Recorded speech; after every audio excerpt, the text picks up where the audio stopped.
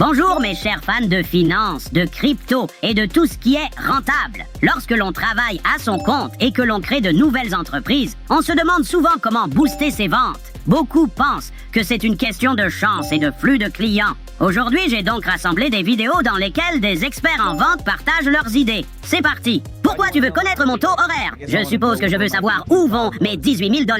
Regardez comment ce génie s'y prend pour contrer l'arrogance d'un homme d'affaires. Est-ce que ça veut dire que si je travaille moins d'heures, je devrais te facturer moins? Oui. Donc, si je dépasse ces heures, je devrais vous faire payer plus? Bien sûr. Vraiment? D'accord. Donc, tu me dis que tu préfères que ce logo prenne plus de temps plutôt que moi? Donc, si je te dis que j'ai mis 4 mois à le réaliser, tu me devras 36 000 $, si ça rentre dans mon budget et que je pense que ça en vaut la peine. Mais je te demanderai aussi pourquoi il a fallu autant de temps pour créer ce logo. Je vais m'investir à fond, mais je pourrais engager quelqu'un d'autre qui me facturerait le même tarif, mais qui le ferait plus rapidement. Donc, tu valorises le temps par rapport à l'argent. Bien sûr, en tant qu'homme d'affaires, oui. Alors, voilà ce qu'il en est. Si je peux te faire un logo tout de suite et que tu l'adores en moins de 5 minutes, est-ce que tu vas me dire que ça vaut moins que 18? Ou bien tu diras qu'il vaut plus parce que je t'ai fait gagner beaucoup de temps, il vaut plus. Donc facturer à l'heure me punit pour avoir été bon. Le vieil adage selon lequel le temps c'est de l'argent n'a jamais été aussi clair. Valorisez votre temps, mes amis. Et n'oubliez pas que si vous êtes doué pour quelque chose, ne le faites jamais gratuitement. Vous voulez savoir d'où viennent ces joues? Mais outre la valorisation du temps, une autre clé de la réussite est la diligence. Et si l'on pense qu'il faut être l'héritier du propriétaire pour atteindre le sommet d'une entreprise, on se trompe. Voici un exemple qui prouve le contraire. Mon fils Daniel est le président de cette entreprise. Je suis le PDG. Il a commencé au bas de l'échelle. À 16 ans, il a dû peindre la cage d'escalier parce qu'il avait besoin d'argent pour s'acheter une voiture.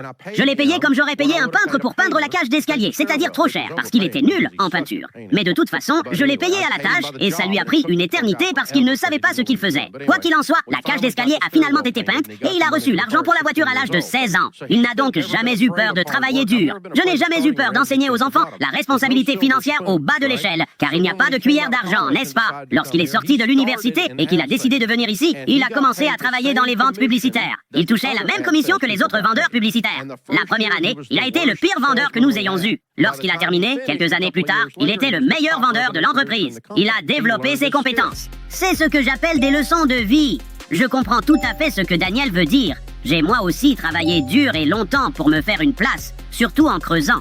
Mais maintenant, je vis la belle vie. N'oubliez pas de toujours vous perfectionner, mes amis. Choisissez ce que vous aimez et foncez vers le succès. On a donc appris que la poursuite diligente d'objectifs et la valorisation de son temps sont des éléments essentiels de la réussite. En prime, j'ai préparé une autre vidéo précieuse sur la réussite. Jetez-y un coup d'œil. La chose qui a changé ma vie, c'est la noblesse de mon avenir. J'ai regardé vers l'avenir et j'ai dit, vous savez quoi? Ça y est, plus jamais je n'emprunterai de l'argent. Plus jamais American Express n'appellera chez moi pour demander à ma femme pourquoi elle resterait avec un homme qui ne paie pas ses factures. Eh oui, c'est ce qu'ils ont fait. Et j'étais un redneck, très en colère. Waouh, ça m'a vraiment ouvert les yeux. Je sais que les gens changent souvent de vie après des événements dramatiques ou des situations extrêmes. C'est plus facile à dire qu'à faire, mais je vous conseille à tous de ne pas attendre ces moments drastiques. Pensez à l'avenir et évoluez avec sagesse. Pour vous faciliter la tâche, je continuerai à rassembler pour vous d'autres vidéos et astuces du monde de la finance. Rendez-vous au prochain épisode et n'oubliez pas que les hamsters sont puissants, un pour tous et tous pour un.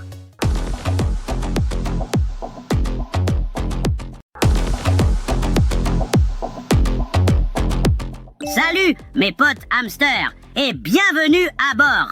Vous vous êtes déjà demandé comment faire fructifier votre pécule? Je parie que je ne suis pas le seul à me poser cette question.